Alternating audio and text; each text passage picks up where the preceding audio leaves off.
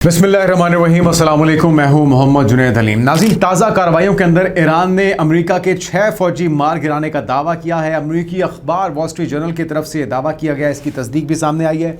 Lindsey Graham Pakistan का मुखालिफ, Iran जंग शुरू कराने वालों में से बुनियादी किरदारों में से एक और डोनाल्ड ट्रंप के पुराने साथियों में से एक, 2003 से लेकर अब तक मुसलसल सेनेटर रहा और ज़ायनिस्ट लॉबी को भरपूर तरीके से प्रमोट करता रहा, उनके एजेंडे को आगे बढ़ाता रहा और इजराइल के साथियों, उसके हिमायतियों में से एक अहम और बड़ा किरदार जब दुनिया से अचानक रुखसत हुआ है तो ये सवाल पैदा हो गया कि आखिर 2 रोज़ के बाद जब ईरान के सुप्रीम लीडर मुश्तबा खामनाई ने कहा कि वो उन तमाम लोगों से चुन चुन कर बदला लेगा जिन्होंने उन्हें नुकसान पहुंचाया, जिन्होंने ईरान पर हमला किया, उसके 2 रोज़ के बाद आखिर लिंडसे ग्राहम की मौत अचानक कैसे हो गई।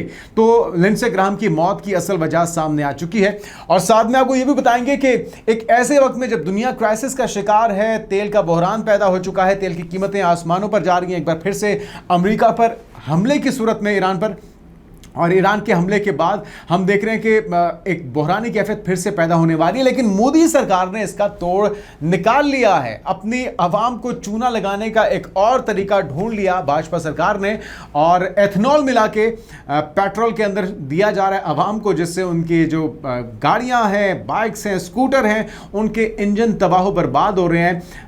कांग्रेस की तरफ से शदीद तनकीद की जा रही है, पूरा भारत जो है इस वक्त चिल्ला रहा है। आस पड़ोस में जो मुबालिक हैं उन्होंने इस चोरी को पकड़ा भी है और इंडियन ऑयल ख़रीदने से इनकार भी कर दिया है। सबसे पहले आगाज़ इसी खबर से कर लेते हैं, फिर और भी कुछ डेवलपमेंट्स आपके साथ शेयर करेंगे। आज की वीडियो में बहुत सी अहम मालूमात है जो कि आप तक पहुंचाएंगे, तो कोशिश कीजिएगा एंड तक इस वीडियो को देखें।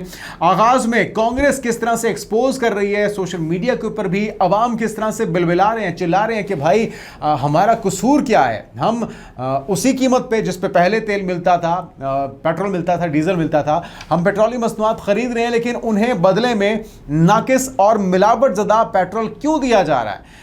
इस वक्त सूरत हाल क्या है, लोग क्या कह रहे हैं और उनके साथ क्या धोखा किया जा रहा है, किस तरह से उनकी आंखों में सुरमा पहनाया जा रहा है और उन्हें चूना लगाया जा रहा है। ज़रा ये झलक देखिए, कांग्रेस की तरफ से इसको किस तरह से पोर्ट्रे किया जा रहा है और अपनी दुहाई हुकाम बाला तक पहुंचाई जा रही है। गन्ने का रस डाल रहे हैं, जनता का चूना लगा रहे हैं, अपने बेटों को रईस बना रहे हैं। इन दाड़े लूटा जा रहा है, इथनॉल के नाम पे, पेट्रोल के नाम पे फ्रॉड किया जा रहा है, लोगों की स्कूटी बाइक के इंजन खराब हो रहे हैं, इसका जवाब कौन देंगे। सब झूठा प्रचार करते हैं, कोई इथनॉल से कोई नुकसान नहीं हुआ। भाई साहब, अगर एक इंजन बनाते हैं ना तो पेट्रोल पे है ना, पेट्रोल सही आता तो 5 साल नहीं खुलता इंजन, 10 साल नहीं खुलता इंजन, अब तो 6 महीने में खुल जाता है। सरकार कह रही है E20 साफ है, बेहतर है, साइंटिफिक है। हम और आप कह रहे हैं कि बातें सारी अच्छी हैं, लेकिन मेरी गाड़ी, मेरे माइलेज, मेरी जेब और मेरी चॉइस का क्या। जी जनाब, तो ये सूरत हाल है। चंद रुपयों के लिए या चंद डॉलर्स के लिए चूना लगाया जा रहा है अवाम की जो गाड़ियां हैं, जो उनकी बाइक्स हैं, किसी की ज़िंदगी भर की जमा पूंजी की कमाई से उसने वो बाइक ली होगी या गाड़ी ली होगी, उनके इंजन जो हैं वो अगर आज नहीं तो कल, कल नहीं तो परसों उन्होंने जवाब दे ही देना है। एथनॉल मिले, मिलावट ज़्यादा पेट्रोल के ज़रिए, और अब ये चोरी क्योंकि एक्सपोज हो चुकी है तो हुकूमती उहदेदारान जो हैं, मंत्री जो हैं, जो वज़रा हैं, वो उसको मान नहीं रहे और अवाम को ही झूठा करार दिया जा रहा है। तो बेशर्मी की इंतहा देखिए कि आस पड़ोस तो इनसे मुतासर था ही, अब ये अपनी आवाम के रोज़ी रोटी के भी पीछे पड़ चुके हैं और उनको भी नहीं बख्श रहे। तो आप ऐसी हुकूमत से या ऐसे हुक्मरानों से क्या तवक्को कर सकते हैं कि वो अपने पड़ोसियों के साथ किस तरह का ताल्लुक़ रखेंगे या उनके ऊपर किस तरह से ये कोई अच्छी जो अपनी पॉलिसी है उसके असरात छोड़ सकते हैं। बहरहाल पाकिस्तान का जो इंडस वाटर ट्रीटी है वो तो अब किसी से ढका छुपा नहीं है, उसके ज़रिए किस तरह से पाकिस्तान को डैमेज करने की कोशिश की जा रही है। मानसून का मौसम है, अपने इनके जो मुख्तलिफ मुंबई है, जो दीगर शहरों में आने वाले तूफ़ान हैं, जो तबाही है वो इनसे संभाली नहीं जा रही, लेकिन इनकी ख्वाहिश ये है कि ये पाकिस्तान को पानी में डुबो दें या पाकिस्तान को सूखा रख के तड़पने पे मजबूर कर दें। लेकिन इनकी ख्वाहिश ही रह जाएगी, इनको चाहिए कि पहले अपने अवाम के मसाइल पर तवज्जो दें, हम अपना बंदोबस्त खुद ही कर लेंगे। अच्छा जी, अब अगली खबर आपको देता हूं कि एक अमेरिका की शान पर एक बड़ा धचका उस वक्त पहुंचा है जब यूएसएस जेराल्ड फोर्ड को निशाना बनाया है अमेरिकी एक बड़ा एयरक्राफ्ट करियर, उन एयरक्राफ्ट करियर्स में जो कि इस खत्ते के अंदर काफ़ी महीनों से मौजूद हैं। यूएसएस अब्राहम लिंकन हो, जेराल्ड फोर्ड हो या फिर दीगर जो एयरक्राफ्ट करियर्स यहाँ पर लाए गए थे, मकसद ये था कि ईरान को डराया जा सके, धमकाया जा सके, आपने हुर्मुज़ का कंट्रोल हासिल किया जा सके। ऐसा तो ये तमाम एयरक्राफ्ट कैरियर्स नहीं कर सके, लेकिन जो विजुअल सामने आ रहे हैं, जो तफसीलात सामने आ रही हैं, इससे पहले भी इसको नुकसान पहुंचा और अब ये जो नुकसान है इससे लगता है कि इसको रिकवर करने में काफ़ी वक्त लग जाएगा। एक बड़ी तबाही है। ईरानी मिसाइलों से तैयारा बरदार बहरी जहाज़ को नुकसान पहुंचने का दावा, मुख्तलिफ मकामात पर उसकी आग लगी हुई देखी जा सकती है। इससे पहले जो यूएसएस जेराल्ड फोर्ड को नुकसान पहुंचा था उसमें भी रिकवरी में काफ़ी महीने लग गए थे, तो एक बड़ा धचका है। इसके अलावा नाज़रीन खबर ये आ रही है कि अमेरिका के 6 फौजी मारे गए हैं ईरान के ताज़ा ड्रोन हमलों में, और बच जाने वाले एहलकारों ने अपनी फौजी क़यादत पर संगीन इल्ज़ामात आयद किए हैं। वो कह रहे हैं कि जी इन्होंने हमें जहाँ पे डिप्लॉय किया था वहाँ पे सिक्योरिटी मेजर्स कोई नहीं थे और वहाँ पे कमांडर्स ने इंटेलिजेंस वार्निंग्स को नज़रअंदाज किया। मुतासरा फौजी जो है उनकी तरफ से इल्ज़ाम लगाया जा रहा है। वॉशिंगटन पोस्ट की तरफ से ये तफसीलात सामने आई हैं। ईरान के ड्रोन हमले में कहा जा रहा है कि 6 अमरीकी फ़ौजी मारे गए हैं और इन मारे जाने वाले जो फ़ौजी हैं उनकी तरफ से अपनी क़यादत के ऊपर इल्ज़ामात लगाए जा रहे हैं और ड्रोन हमलों से बचाव के मुनासिब इंतज़ामात भी वो कहते हैं वहाँ पर मौजूद नहीं थे। तो कुवैत पर जो हमला किया है ईरान ने, उससे बड़े पैमाने पर तबाही हुई है और उसकी तफसीलात अभी जैसे जैसे वक्त गुजर रहा है वो सामने आ रही हैं और उसके अंदर अमरीकी फ़ौजी क़यादत भी एक्सपोज हो रही है कि उनकी तरफ से अपने फ़ौजियों को सही तरह से गाइड नहीं किया गया, ऐसी लोकेशंस पे उनको रखा गया या भेजा गया जहाँ पे सिक्योरिटी इंतज़ामात नाकाफ़ी थे और इसी का फ़ायदा अल्टीमेटली ईरान ने उठाया है। ईरान की तरफ से क्या मिसकैलकुलेशन की जा रही है इस पर हम पहले भी बात कर चुके हैं, आगे चल कर भी करेंगे, लेकिन अभी आपको बताते हैं कि अब जो इस वक्त लिंडसे ग्राहम की मौत है उसको लेकर बड़ी चहमगोइयाँ हो रही थी। एक तो ये कि मौत से कुछ देर पहले तक डोनाल्ड ट्रंप से जो टेलीफोनिक रब्ता हुआ है उसमें क्या गुफ्तगू हुई है लिंडसे ग्राहम की, वो भी आपके साथ शेयर करेंगे, क्योंकि हालिया दौरा यूक्रेन के अंदर ज़ेलेंस्की के साथ, वहाँ के सदर के साथ जो लिंडसे ग्राहम की मुलाकात हुई थी उसके अंदर किस तरह से रशिया के ऊपर पाबंदियाँ लगानी हैं उसको लेकर एक बिल तैयार किया था लिंडसे ग्राहम ने और वो बिल पेश किया जाना था और तबीयत कुछ नासाज थी। उनके रफ़का ने उन्हें डॉक्टर से रुजू करने का कहा, लेकिन लिंडसे ग्राहम ने कहा कि भाई अभी मैं मरने वाला नहीं हूँ, अभी मैंने इस बिल को पास करवाना है, ईरान और अमेरिका का जो मसला है उसको हल करवाना है। और आपको याद रखना होगा कि ईरान पर हमले का जहन बनाने में लिंडसे ग्राहम का बहुत अहम किरदार था, क्योंकि ये वही ज़ायनिस्ट लॉबी है जिसने अमेरिका को ब्रीफ किया, अमेरिका को ये जहनी तौर पर तैयार किया कि भाई 1 हफ़्ते के अंदर अंदर हम रिजीम भी चेंज कर देंगे हमले की सूरत में ईरान पर और हम उसके ऊपर काबिज हो जाएंगे। वहाँ पर ईरान के अंदर जो लोग प्रोटेस्ट कर रहे हैं वो हुकूमत का चार्ज संभाल लेंगे, आसपास की जो आज़ादी की तहरीकें, जो कुर्द हैं वो इसका फ़ायदा उठाएंगे और हम पूरे तरीके से ईरान को काबू कर लेंगे, उनके एटमी हथियारों के हुसूल की जो कोशिश है उसको नाकाम बना देंगे, अफज़ुदा यूरेनियम को हम अपने कब्ज़े में ले लेंगे और उनके तमाम तर वसाइल को काबू कर लेंगे। लेकिन ऐसा कुछ भी नहीं हुआ। तो जो ट्रैप था उस ट्रैप को बिछाने में वो जो सब्ज़ बाग दिखाए गए थे, जो ख्याली पुलाव बनाया गया था, उसके अंदर लिंडसे ग्राहम का एक अहम किरदार था। पाकिस्तान की सालसी पर इस शख्स को बड़ी तकलीफ थी, लेकिन हैरत दुनिया को उस वक्त हुई है जब मुश्तबा खामनाई की तरफ से 11 जुलाई को, यानी कि अब से 2 रोज़ पहले एक बयान आता है कि वो अपने शहदा का बदला लेंगे। ये वही नारा था जो कि आयतुल्लाह खामनाई की तदफीन के मौके पर निकलने वाले जुलूसों के अंदर अवाम की तरफ से लगाया गया नारा था और अवाम के सेंटिमेंट्स बहुत भड़के हुए थे।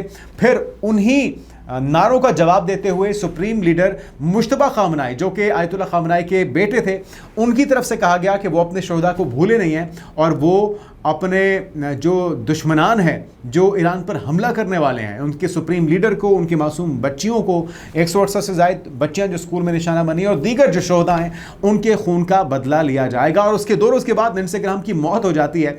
तो शुकूक व शुबात हो गए कहीं ईरान ने तो कुछ नहीं किया, लेकिन ख़बर यह आई है कि दिल की शरियान फटने से लिंडसे ग्राहम की मौत हुई है और संभलने का मौका उसको नहीं मिला। 2003 से लेकर अब तक ये मुसलसल सेनेटर रहा है और इजरायली पॉलिसी को प्रमोट करता रहा है और क्योंकि ये डोनाल्ड ट्रंप का पुराना साथी भी था, उसका दोस्त भी था, हम ख्याल लोगों में से था, इसलिए हालिया जितनी भी तकरीबकारियाँ हैं उसके अंदर लिंडसे ग्राहम का एक अहम किरदार रहा है। और जो इसराइल की पॉलिसी थी, जो नेतन्याहू की पॉलिसी थी, वही लिंडसे ग्राहम की पॉलिसी थी और जो किचन कैबिनेट है डोनाल्ड ट्रंप की, उसके अंदर इसका अहम किरदार होने की वजह से ईरान के ऊपर हमला करवाने में भी इसका अहम किरदार था। लेकिन ये अचानक जो है दुनिया से कूच कर गया। इसका आगे का जो सफ़र है वो तो किसी से ढका छुपा तो नहीं है। बहरहाल जो इसके करतूत हैं, जो इसने बोया इस दुनिया में, वो इसको काटना पड़ेगा। बहरहाल इसके ऊपर चहमगोइयाँ बहुत ज़्यादा हो रही थी कि अचानक जो इसकी मौत हुई है, क्या ये तबी मौत है या फिर कोई तकरीबकारी है या फिर कोई और मामला है। तो इसके ऊपर तहकीकात अभी भी जारी हैं, लेकिन इब्तदाई जो तहकीकाती रिपोर्ट आई है, जो इसकी मेडिकल रिपोर्ट सामने आई, जो मौत की वजूहात में से एक वजह सामने आई है, वो बताई जाती है कि इसका दिल की शरीयान का फटना एक वजह था। डोनाल्ड ट्रंप की तरफ से भी कहा गया कि मेरी भी बात हुई थी इंस्टाग्राम से मौत से कुछ देर पहले, उस वक्त वो थका हुआ लग रहा था, लेकिन तभी मौत पे वो हैरान है। लेकिन उनका ये कहना था कि दुनिया से रुखसत होने का ये ज़्यादा बुरा तरीका नहीं है। उन्होंने कहा कि वो अचानक चला गया, लेकिन बहरहाल सभी को इस दुनिया से जाना है और ये हम सभी मानते भी हैं, इस पर अमल भी करते हैं। ताज़ा कार्रवाइयों के हवाले से आपको बताते हैं कि पासदारान इनकलाब या IRGC की जो इस वक्त पॉलिसी है, यह हिकमत अमली है, बहुत ही जारहाना है और ये उस पॉलिसी से थोड़ी मुख्तलिफ है जो इस वक्त सियासी क़यादत की पॉलिसी है। और ये बुनियादी तौर पे अमेरिका ने ख़ुद अपने पाँव पर कुल्हाड़ी मारी है। वो जो समझबूझ रखने वाले तजुर्बाकार या सीनियर क़यादत थी, उन्हें अपने रास्ते से हटाया है। अली लारिजानी हो या फिर सुप्रीम लीडर आयतुल्लाह ख़ामनाई हो, उन्हें शहीद करने के बाद अब पहले से ज़्यादा एग्रेसिव, पहले से ज़्यादा जंग इस वक्त क़यादत है, वो चार्ज संभाले हुए है और इनसे डिबेट करना या इनसे आर्गूमेंट करना या इन्हें कायल करना डोनाल्ड ट्रंप के लिए, अमेरिकी क़यादत के लिए पहले से ज़्यादा मुश्किल हो चुका है। बहरहाल ये कहा जा रहा है कि जी ओमान के ऊपर भी ताज़ा कार्रवाई की गई है। एक रडार तनसीबात थी जिसे नुकसान पहुँचाया गया है और ये जो रडार था बुनियादी तौर पर ये कहा जा रहा है कि जी सल्तनत ओमान में एक तवील फासले तक निगरानी करने वाले फ़िज़ाई FPS रडार और बहरी जहाज़ों की निशानदही करने वाले रडार को निशाना बनाकर तबाह किया है। जबकि ये भी कहा गया है कि कुवैत के अंदर जो कार्रवाई की गई है उसके अंदर हिमर्स मिसाइल सिस्टम को तबाह किया गया है। और पासदारान इनकलाब के मुताबिक बताया गया है कि हिमर्स मिसाइल सिस्टम की 2 प्लेटफॉर्म्स को मुकम्मल तौर पर तबाह, जबकि मिसाइलों से भरे असलहे डिपो को भी निशाना बनाया गया है। इसी तरह से कहा गया है कामिकाज़ी ड्रोन्स के ज़रिए कुवैत को निशाना बनाया गया। कुवैत में अमरीकी अड्डों को निशाना बनाया गया जिसमें 6 फ़ौजी भी मारे गए हैं और ये वही फ़ौजी हैं जो कि अपनी फ़ौजी क़यादत को तनकीद का निशाना बना रहे हैं कि भाई आपने हमें ख़ुद मौत के मुंह में धकेला है जहाँ पे सिक्योरिटी इंतज़ामात नाकाफ़ी थे। इसके अलावा ईरान पर हमलों की नई लहर मुकम्मल कर ली गई है। मुतादिद अहदाफ को निशाना बनाया अमेरिका की तरफ से। सेंटकॉम की तरफ से ताज़ा तफसीलात के मुताबिक इस कार्रवाई में ईरानी फ़िज़ाई दिफाई निज़ाम को, साहली रडार साइट्स को, मिसाइल और ड्रोन सलाहियत समेत छोटी कश्तियों को निशाना बनाया गया है। और इन हमलों में अमेरिका के लड़ाका तैयारे, बहरी जहाज़ों, एक तरफा हमलावर फ़िज़ाई ड्रोन्स और पहली मरतबा हमलावर समुद्री ड्रोन्स का इस्तेमाल भी किया गया है। लेकिन साथ में ताज़ा जो अपडेट मैंने आपके साथ शेयर की है, USS जेराल्ड फोर्ड को नुकसान पहुंचा है और ये एक बड़ा धचका है अमरीकी शान को, अमरीकी फ़िज़ाई जो एक ताकत है उसको बहुत बड़ा धचका इसे करार दिया जा रहा है। बहरहाल जो दोबारा एक जंग शुरू हुई है, तलखियाँ शुरू हुई हैं, इसकी वजह से आलमी जो तेल की मंडियाँ हैं उसको इसका असर हम देख रहे हैं। तेल की कीमतों में इजाफे की सूरत में पाकिस्तान के अंदर भी जो लास्ट फ्राइडे था उसमें पेट्रोलियम मसनूआत की कीमतों में इजाफा किया गया। हर चीज़ में महंगाई में इजाफा हो रहा है और इस वक्त जो है ब्रेंट खाम तेल की कीमत $2.67 इजाफे के साथ 78 लगभग ये $79 फ़ी बैरल पर पहुंच चुकी है और ये सिलसिला अगर इसी तरह से जंग जारी रहती है तो मज़ीद बढ़ सकता है। बहरहाल इस वक्त जो ईरानी क़यादत है वो बदला लेने के मूड में है और एक बेहतरीन मौका जो कि डील की सूरत में, MOU की सूरत में फ़राहम किया था पाकिस्तान ने दोनों फ़रीक़ैन को, चाहे वो अमेरिका हो या ईरान हो, दोनों